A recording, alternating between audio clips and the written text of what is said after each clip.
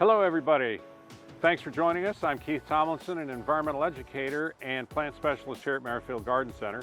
Today we're at the Fairfax location, and I'm here with my notable colleague Michael Fay, who's a certified arborist and a plant specialist here, really a specialist in trees and shrubs, somebody I've gone to for many, many years to really get the inside on good woody plant material. And today, Michael, we're going to talk about some of your favorite fall color in trees.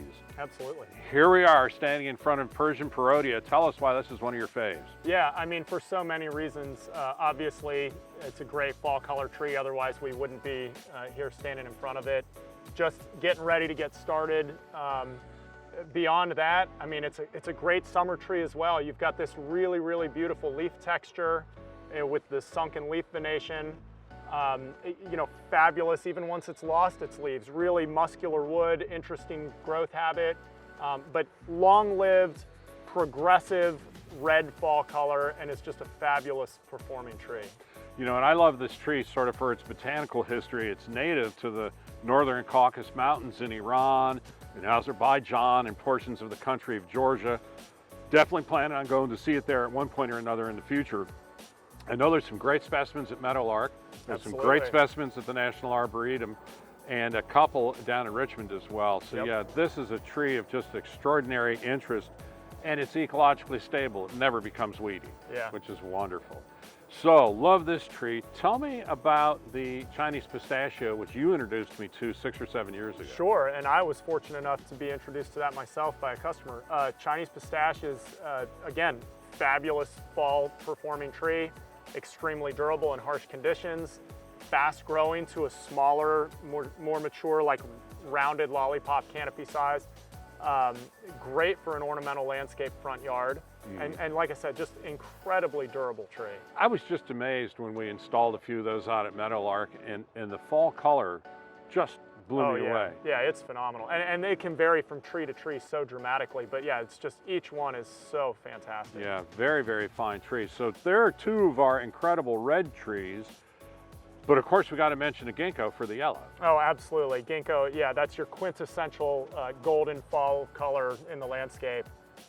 Fabulous leaf texture, like you said, you know, fabulous history behind the tree. Yeah, I love ginkgos because they're one of the most primitive trees in the world. They're ancient in the fossil record over millions of years ago, but they grow in these urban and city centers with tremendous vigor. I mean, they're just amazingly durable plants and totally beautiful. And if you really want to get the big picture on them, you can go out to the State Arboretum at Blandy, where they have a collection of ginkgo. Absolutely. And man, when that turns yellow, specifically when the leaves drop on the ground, it's incredible. It is. That's just as magnificent as them being on the tree. I agree. Yeah, it's just amazing. So let's talk a little bit about some of our great natives that are red or yellow. How about the hickories? Sure, yeah, absolutely. Hickory, fabulous native tree. Fall color, it's one of the most underrated trees for ornamental purposes. You know, if you can put it somewhere in the landscape where the nut production isn't going to be a nuisance, you get a really, really strong performance out of the tree. You get a great fall color that's very long-lived.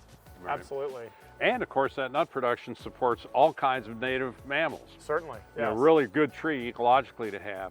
And then of course, we have the black gums, which are just extraordinary trees for red color, our native black gum. Yep. Very cosmopolitan tree, seems to grow in wet and dry settings. Anywhere, absolutely. Yeah, amazing tree. And then tell us a little bit about a few of your favorite maples. Oh, sure, and maples, we could go on for hours, you know, sugars, reds, etc. You know, some of the more notable cultivars that have been introduced in the past few decades that have really made it to market now. Sun Valley is one that was introduced by the Arboretum in the 80s, but that's a great tree for our smaller lot sizes as we begin to grow. It's a more compact grower. It's mostly reliably seedless. So that, the Samaras, the helicopters in people's yards, that can become a nuisance at times. So that's a fabulous tree for a smaller ornamental landscape.